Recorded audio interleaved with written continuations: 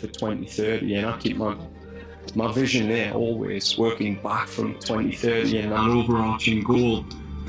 We have to get closer to Japan, and that's a process. It's a mental process, and then it's a technical, tactical process.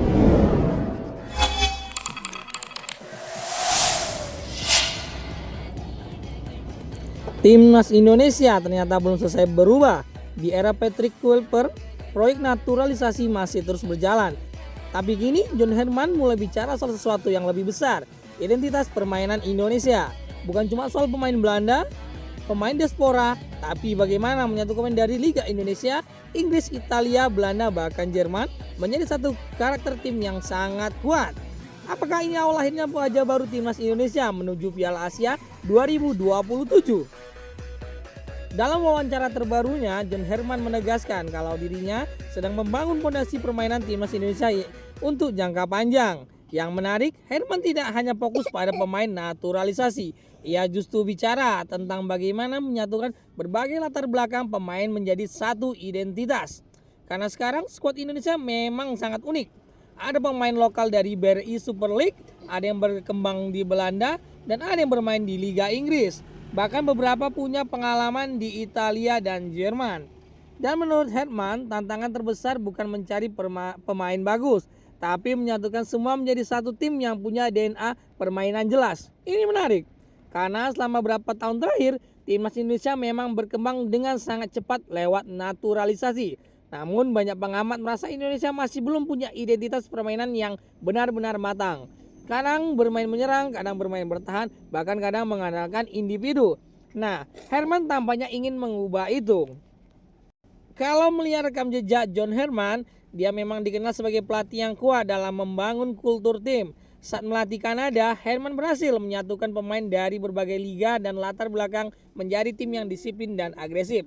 Sekarang pendekatan itu mulai terlihat di Timnas Indonesia.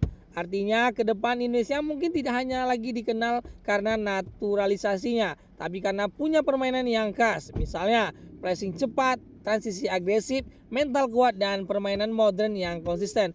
Ini sangat penting. Karena sepak bola internasional sekarang bukan cuma soal pemain bintang, tapi juga tentang soal sistem.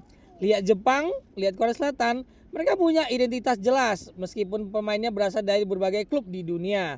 Dan Indonesia tampaknya mulai bergerak ke arah sana. Yang membuat publik semakin penasaran adalah proyek naturalisasi ternyata juga masih terus berjalan. Artinya di era Patrick sampai sekarang penambahan pemain keturunan masih belum berhenti. Namun bedanya kini pemain naturalisasi bukan jadi pusat proyek. Mereka hanya bagian dari sistem besar yang sedang dibangun. Dan kalau ini berhasil, Indonesia punya skuad paling lengkap dalam sejarah sepak bola nasional. Sekarang pertanyaannya, apakah John Herman benar-benar bisa menyatukan semua elemen ini? Karena membangun tim dengan banyak latar belakang pemain bukan hal yang mudah. Ada perbedaan kultur sepak bola, ada perbedaan tempo permainan, ada ego pemain, dan ada ekspektasi publik yang sangat besar. Tapi kalau Herman berhasil, Indonesia bukan cuma jadi tim kuat di Asia Tenggara, melainkan juga bisa menjadi kekuatan baru di Asia, bahkan di dunia. Dan mungkin untuk pertama kalinya sepak bola Indonesia benar-benar mempunyai identitas sepak bola sendiri. Kalau menurut kalian gaya bermain seperti apa yang cocok untuk Timnas Indonesia era John Herman? Tulis di komentar ya, dan jangan lupa juga subscribe karena kita bakal terus bahas perkembangan Timnas Indonesia menuju 2027 dan 2030.